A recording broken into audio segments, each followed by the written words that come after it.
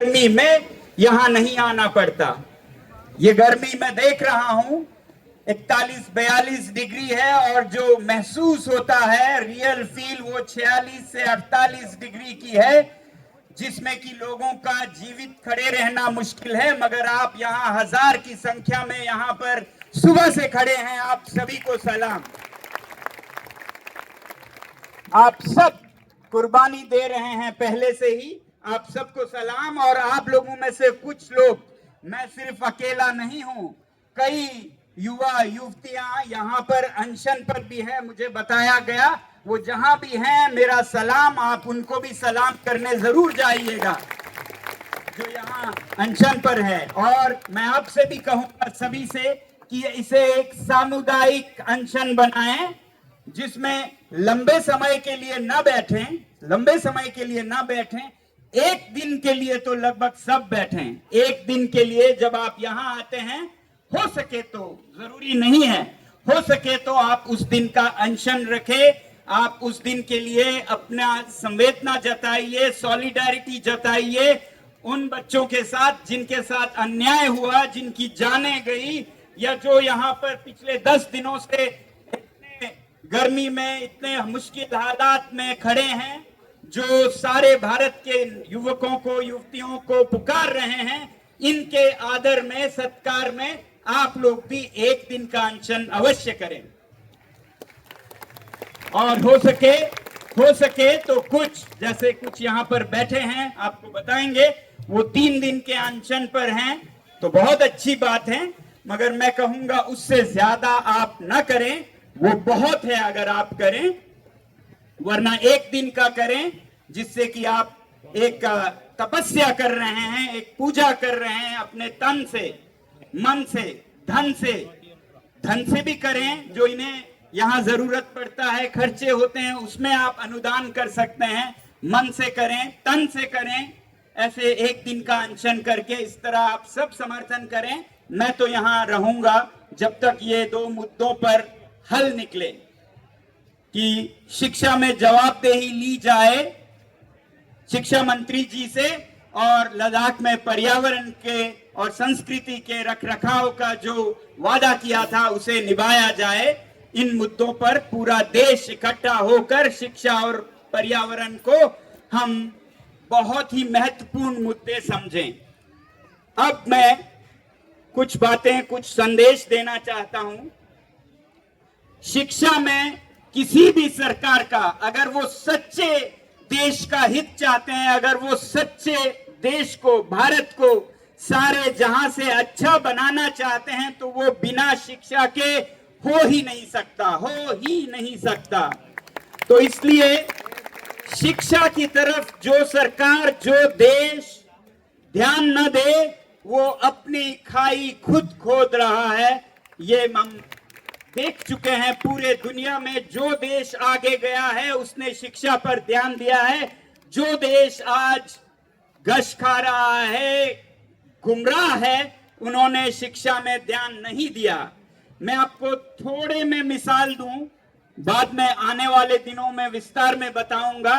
अगर हम सिर्फ 3 देशों को ले जो पिछले 50 साल पहले भारत से बहुत पीछे थे, या बराबर थे, या बहुत पीछे थे, और आज भारत से नहीं दुनिया में पहले, दूसरे, तीसरे नंबर पे आ रहे हैं, उनकी अगर मिसाल लें, सिंगापुर भारत से भी पिछड़ा एक गांव था आज से 50-60 साल पहले। और आपको पता है सिंगापुर ना सिर्फ पिछड़ा था, बल्कि वहां पर धर्म के नाम पर झगड़े होते थे, हिंसा होती थी, रायट्स होते थे। 1960 के दशक में बहुत हिंसा हुए, क्योंकि वहां पर 3 जातियां हैं, 3। एक है चीनी मूल के, जो ज्यादातर बुद्धिस्ट हैं या क्रिश्चियन हैं। दूसरे हैं मुस्लिम जाति या धर्म के मलय लोग, और फिर हिंदू धर्म के तमिल लोग। इनमें बहुत बड़े दंगे हुए 60 के दशक में, और तब की सरकार को समझ आ गया। देखिए कितना जल्दी सीखते हैं और सीखकर अमल करते हैं। बहुत जल्द उन्होंने सीखा और उसके बाद उन्होंने एक तरफ नफरत को कम करना शुरू किया कि किसी को याद भी ना आए कि वो बुद्धिस्ट है या मुस्लिम है या हिंदू है या क्रिश्चियन है। ऐसे हालात पैदा किए कि आने वाले बच्चों में एक भी बूंद जहर का न जाए। और दूसरी तरफ उन्होंने पूरा जोर शिक्षा पे लगाया, शिक्षा पे लगाया। आज सिंगापुर का प्रति व्यक्ति आय दुनिया में नंबर 1 पर है, नंबर 1, 2, 3 में रहता है। प्रति व्यक्ति आय, ये देखिए, प्रति व्यक्ति आय जरूरी है, जीडीपी जरूरी नहीं है। जीडीपी में हम कहते हैं भारत तीसरे, चौथे, कहते हैं छठे पे है, मगर उसका कोई मायने नहीं है, क्योंकि प्रति व्यक्ति देखें तो $2000 तक भी नहीं है, जबकि सिंगापुर का $90,000 तक जाता है प्रति व्यक्ति आय। एक आदमी के पास क्या है अगर आप देखें, धन के तरफ से भी जरूरी नहीं है ये, मगर इस तरह से अगर विकास की बात करते हैं तो नंबर 1 पे पहुंचा। वैसे ही कोरिया है, हमसे पिछड़ा था, बल्कि एक बहुत बड़े युद्ध से निकला था आज से 50 साल पहले, 60 साल पहले, 6-7 दशक पहले, मगर आज वो दुनिया के पहले 5-10 देशों में आता है। वही हमारा पड़ोसी चीन हमसे पिछड़ा था और आज बहुत आगे गया, तो इसलिए गया क्योंकि उन्होंने शिक्षा पर ध्यान दिया, शिक्षा पर ध्यान दिया। मुझे लगा हमारी भारत में भी हमारी सरकार शिक्षा पर बहुत ध्यान दे रहे हैं, क्योंकि उन्होंने एक नई शिक्षा नीति लाई, जिसमें बहुत अच्छी बातें भी हैं, बहुत अच्छी बातें भी हैं, कमियां भी होंगी, मगर उससे भी बड़ा समस्या यह है कि उसका जमीन पर उतारने में बहुत कमजोरी रह गई, ध्यान नहीं दे रहा। किताबों में नीतियां लाने से कोई देश आगे नहीं गया है।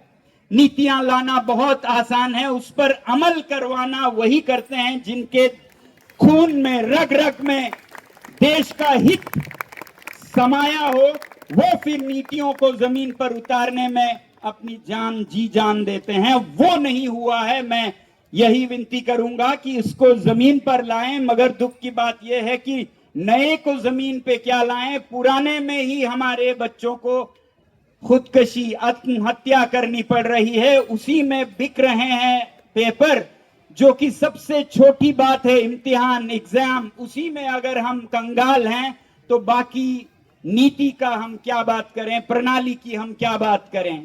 तो ये तो है शिक्षा और उसका महत्व। अगर देश को विकसित होना है 2047 में, तो ऐसा करना ही होगा, नहीं तो 200 साल बाद भी हम दुनिया के सबसे पिछड़े देशों में और नीचे गिरकर रह जाएंगे। अब मैं बहुत जरूरी 2 संदेश देना चाहूंगा संक्षिप्त में। एक, जो पीड़ित हैं इस हालात से, यानी कि आप विद्यार्थियों से, कि जब ऐसे हालात होते हैं, पेपर लीक हो या शिक्षा नीति में जो भी कमियां हैं, जिसके वजह से आज अमायरा से लेके आकांक्षा तक उनको अपनी जानें देनी पड़ रही हैं, क्योंकि स्कूल ठीक नहीं है इसलिए अमायरा ने जान दी, क्योंकि इम्तिहान ठीक नहीं है इसलिए आकांक्षा ने जान दी, और 20 से ज्यादा बच्चों ने जान दी। उन सबको मैं ये कहूंगा कि आप अगर मुश्किल आए तो हताश ना हो, हताश ना हो। मैं भी आप में से एक था। आज मैं आपको ये एक बात बताऊं जो मैंने बहुत कम लोगों को बताई है आज तक, बहुत ही कम लोगों को, एक राज है वो बताऊं। मैं जब 11 बरस का था, 11 बरस का, तो अमायरा की तरह, आकांक्षा की तरह आत्महत्या करने की सोच रहा था, क्योंकि विद्यालय ने मुझे इतना परेशान किया था, इतना परेशान किया था कि मुझे दुनिया में, जीवन में कोई रोशनी नजर नहीं आती थी। इस जीवन में जीने का क्या मतलब है जब आपको इस तरह से पिसना है शिक्षा में, और फिर बड़े होकर भी नौकरियों के पीछे दौड़ना है, और फिर एकदम एक दिन मरना है। ऐसे जीवन को क्यों मैं स्वीकारूं? मैं खुद इनके श्रेणी में था। मगर फिर मुझे तब एक समझ आई जो मैं चाहूंगा आप सब में आए, जब भी आप हताश हो तो इस बात पर ध्यान दें कि एक है आप अपनी जान दें, एक बात है आप अपनी जान दें की तरह, ये भी एक अभिव्यक्ति है, मगर दूसरा तरीका हो सकता है आप अपनी जिंदगी दें, जान नहीं जिंदगी दें, सबके लिए रास्ता निकालने के लिए, ताकि किसी को ऐसा ना करना पड़े। तो 12 वर्ष होते हुए मुझ में ये समझ जागी कि मुझे ये जीवन कतई स्वीकार्य नहीं है, कबूल नहीं है। अगर मैं जान दूं इससे बेहतर है मैं अपनी जिंदगी दूं इस प्रणाली को ठीक करने के लिए, उनके लिए जो जीना चाहते हैं, जो आगे जाना चाहते हैं, उनका रास्ता साफ करूं। और प्रकृति कहिए या आप भगवान कहिए, तब से मेरे लिए जीवन में हर चीज बदलने लगा। जब से मैंने अपना सोचना बंद किया और औरों के लिए रास्ता निकालने का निर्णय किया, जान देने के बदले जिंदगी देने का निर्णय किया, पूरा प्रकृति, पूरी कायनात लग गई मुझे सहयोग देने। और जल्द ही जो बच्चा फेल होने के कगार पर था, जिसे हर शिक्षक नफरत करता था, घृणा करता था, वो इतना आगे बढ़ने लगा, उसने अपने कदम लिए, हर चीज को अपने हाथों में लिया और वो आगे चलकर सभी शिक्षकों का पसंदीदा बना, उत्तीर्ण होने लगा, परीक्षाओं में हो, जहां पर भी हो, हर चीज में आगे बढ़ने लगा। जब उसने अपना सोचना खत्म किया और औरों का सोचना शुरू किया, जान देने की बात खत्म की और जिंदगी देने की बात शुरू की, तो हर तरफ से सहयोग आया और मैं बहुत कर पाया इन